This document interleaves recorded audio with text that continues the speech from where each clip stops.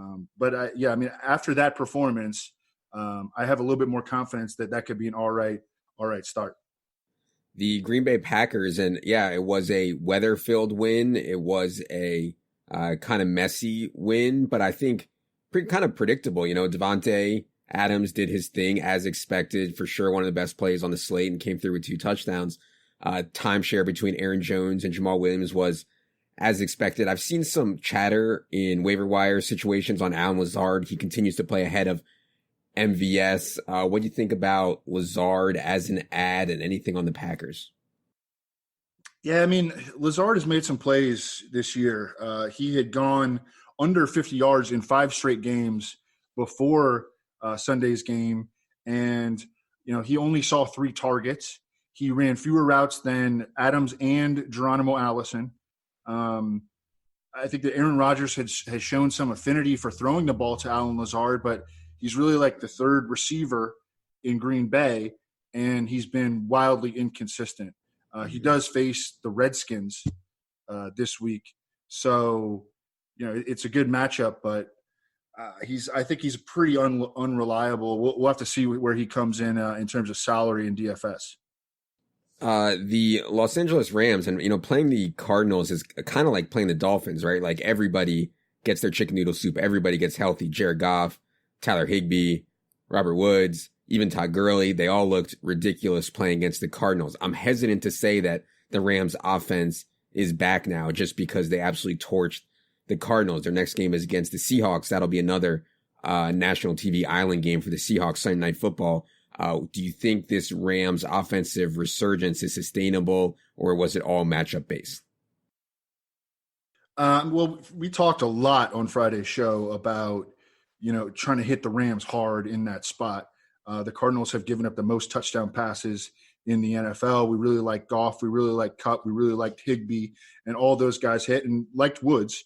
And he had an absolute monster game. Dude still has not scored a receiving touchdown on the season, which is just crazy. Mm-hmm. The last 3 times that the Seahawks and the Rams have played, they've been shootouts. And so my hope, as someone who has a lot of exposure to this game in season long, especially in FFPC main event, with Higbee and Russ and Jacob Hollister and like several guys on both sides, I'm hoping that trend can kind of continue. I think that there's reason to believe that it can. Russ, what we really need is the Rams to jump out to a lead and force the Seahawks to play aggressively, because that's really the only way that they'll play aggressively. But it's going to be – I think the game definitely has shootout potential. I haven't looked at the total yet on it. Had a kind of busy day with a sick kid today, but I think it's going to be a good game for fantasy. Yeah. I was getting so frustrated watching Russ in the I'm such a donkey. I played Tyler Lockett over Julian Edelman on the 2-game slate on the Sunday night, Monday night slate. And it's just so tilting to watch them just not unleash Russ ever. But, Russ ended up with a good game last night regardless. But we'll talk about the Seahawks in a minute here. I'm not sure on Gerald Everett's injury, by the way, so we'll see on that as well. All right, Minnesota's game last night, the big story was the injury to Dalvin Cook. And I read Dr. Chow's report. Looks like an SC sprain, he called it. And yeah, Dalvin Cook can play through it. It'll be a pain tolerance issue. For what it's worth, Dalvin Cook said he's definitely playing. Now, I don't know if the Vikings want to risk it, considering they have Alexander Mattison, they have Mike Boone, they're 8-4. They're playing the Detroit Lions and David Blau at home. So we might get Alexander Mattison here, which would just be an absolute home run. Why don't you tell the people a little bit about Alexander Mattison and how you would handle the Vikings, maybe from a season-long perspective on the wire? Really, really hard downhill runner, fun to watch. I didn't love like the actual real-life draft pick, like drafting, a backup running back and, with a premium third-round selection over, when you already had Mike Boone as a really talented backup. But, I have no problem with the player. I mean, the player is really, really solid. And, we've seen flashes from him all season long. And I think that he would be an absolute smash at home against the Lions, who have a terrible run defense, who, just keep getting worse every week, really, in terms of the injury bug. And I think that this would be it just makes all the sense in the world for the Vikings to give, and they do need wins now. I mean, they're coming off a loss. They do need wins. They do need all their best guns out there, but I don't think they lose very much going from Dalvin Cook to Alexander Madison in this particular spot. And that's sort of what I'm hoping / expecting to happen, that we get the full, the full Monty of Alexander Madison at home against Detroit. Yeah, it was also a surprise that Adam Thielen wasn't able to come back and play in that game on Monday night. I'm not sure if there's more going on here than we know, but hopefully we get Adam Thielen back, play against the Lions, because certainly would be a good spot for him. All right, the New Orleans Saints, really interesting spot for the New Orleans Saints. I mean, they were far from overwhelming their offense. Michael Thomas had, I believe, his worst game of the year. Alvin Kamara just cannot find the end zone no matter what. He has to have some positive touchdown regression coming. That said, they have a long week, but they get ready for the 49ers, one of the best games of the week for sure. And it's going to be a really interesting topic on Friday's show, because Alvin Kamara is relatively cheap. Michael Thomas is relatively cheap. Their prices have been depressed for the matchup against the 49ers. But what did you see out of the Saints on Thanksgiving? I saw a lot of Taysom Hill, Oh, God, wasn't that the absolute worst? Did he outscore Drew Brees? I don't know. I was so sick, and I was actually winning a bunch on Thanksgiving until the 3 straight onside recoveries, and I ended up losing. I was just like so tilted. Yeah, same. Just really cut into the winnings down the stretch there, and just all the Taysom Hill really kind of, they didn't need Michael Thomas that much. They didn't need Alvin Kamara that much. Jared Cook just dropped everything. I mean, he still wound up with 85 yards. And he's got 70-plus yards and or a touchdown in like 6 straight games now. And he leads all NFL tight ends in air yards over the last 5 weeks. But my goodness, over the past couple weeks, he's dropped at least 2 touchdowns, several big plays. But he keeps getting the job done. I think that this is going to be a defensive slugfest, most likely, with the 49ers against the Saints. And I'm kind of going in with lowered expectations, although I think that Alvin Kamara might make for an awesome GPP play. We'll talk about that more on Friday.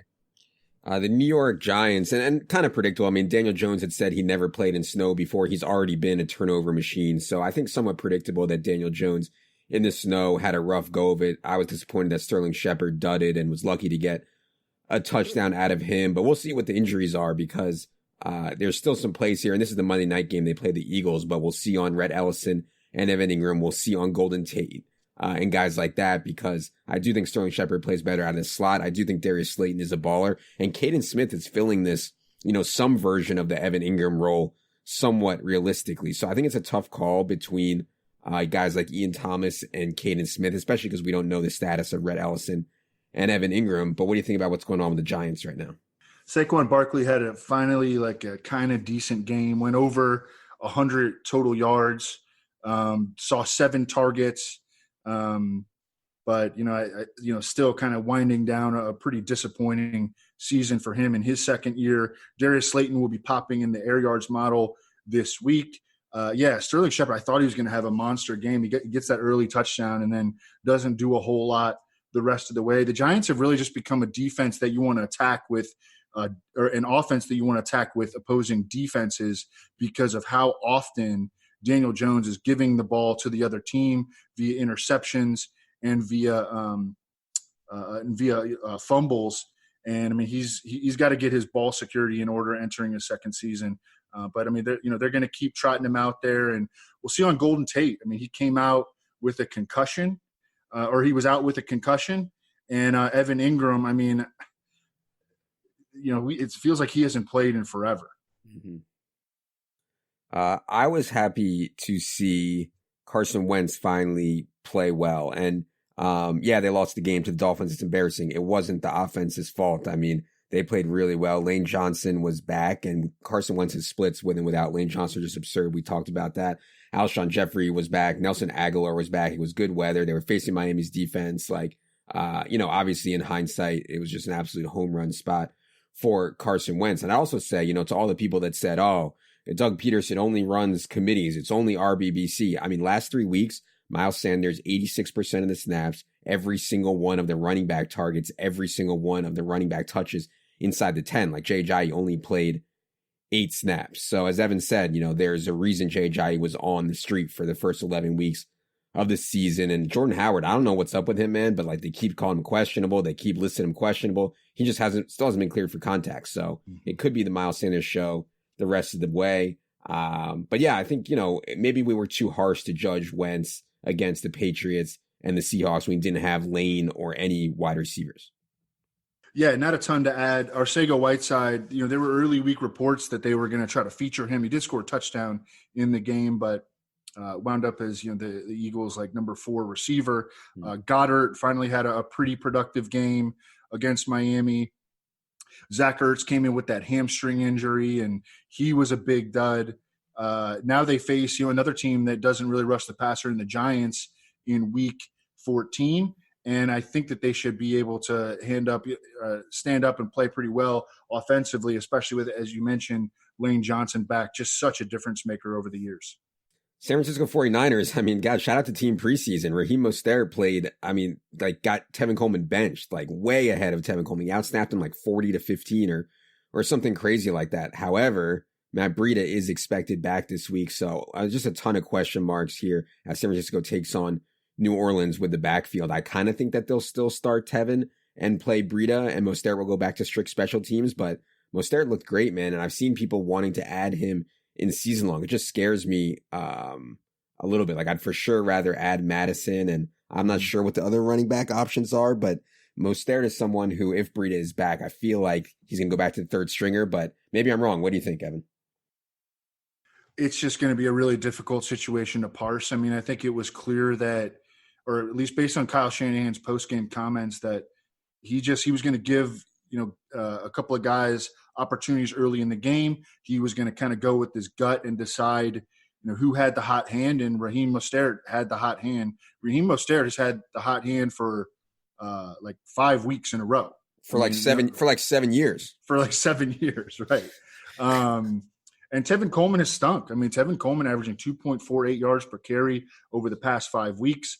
75 total yards or fewer in 7 of his last 8 games. He had that 1 4-touchdown game sprinkled in there that really teased us and, kind of made us think, hey, could something like that happen again? Not necessarily 4 TDs, but, that he would actually play well, and just hasn't played well beyond that game for 2 months. Remember, he had that high ankle sprain early in the season. We see what's happening with Saquon Barkley. Those injuries are brutal, man. And, they can just mess with your mind.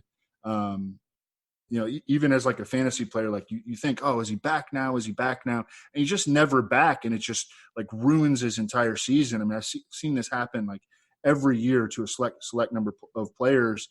And it's happened to Tevin Coleman and Saquon Barkley. Mm-hmm. All right. The Seattle Seahawks on Monday night got a win. Tyler Lockett, first of all, he's on Team No Sex. We know that he has had a huge game since declaring his status on Team No Sex, but the last 3 weeks have been brutal. And yeah, maybe you can make excuses last night. He had the flu. He was coming off that leg injury, but he had a long time to get ready for that game. He played his normal role. He was dancing fine in the end zone. It's just been really frustrating to own Tyler Lockett and to play Tyler Lockett in DFS. Do you have any idea what's going on with him? Can we trust him at all going forward? I don't know. I just thought about that for a really long time, and and I just don't know. I don't know, man. We'll have to kind of read the tea leaves throughout the week. Hopefully some reporters can get Pete Carroll talking about it. I'm sure he'll give us some great injury updates, and some reporters will get Tyler Lockett on the record. It's a frustrating situation. We don't know the extent of the injury. I know he was dancing, but he wasn't doing anything athletically strenuous during that dance. So I sort of just don't know, and we're just going to have to kind of play it by feel and play it by ear. Yeah, if he was hurt, I feel like he wouldn't have been out there playing the whole game. So I understand he was sick. You can't be out there playing the whole game and then say you're sick and that's why you caught 0 balls. Maybe they didn't scheme anything to him. He was just out there to get wind sprints in, but that seems crazy to me. They have plenty of talented guys. Give David Moore more chances. Give Josh Gordon more chances. So I don't know. His quote after the game was, I have the flu. I want to go Yeah. to bed. Right. Right. Yeah. Yeah.